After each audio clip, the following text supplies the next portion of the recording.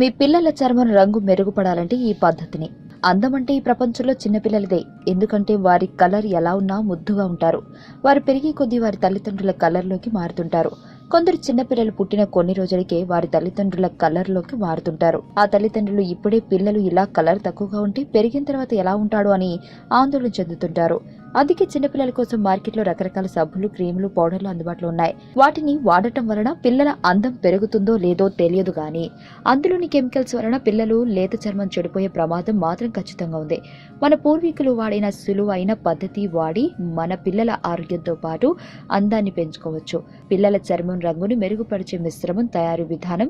కాల్చిన పదార్థాలు: పెసరపిండి, పసుపు, పాలమీగడ.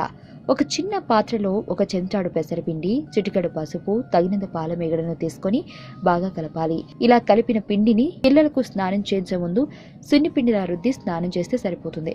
ఈ విధానంలో ఎలాంటి రసాయనాలు కలవవు. దానితో పిల్లలకు ఎలాంటి సైడ్ ఎఫెక్ట్స్ ఉండవు. ఈ విధానంలో ఖచ్చితంగా పిల్లల రంగు మెరుగుపడే అవకాశం ఉంది. మన పిల్లలకు మనమే కొత్త రంగు కల్పించామనే సంతృప్తి కలుగుతుంది. ఒక్కసారి మీరు చేసి చూడండి, దాని ఫలితం మీకే అర్థమవుతుంది.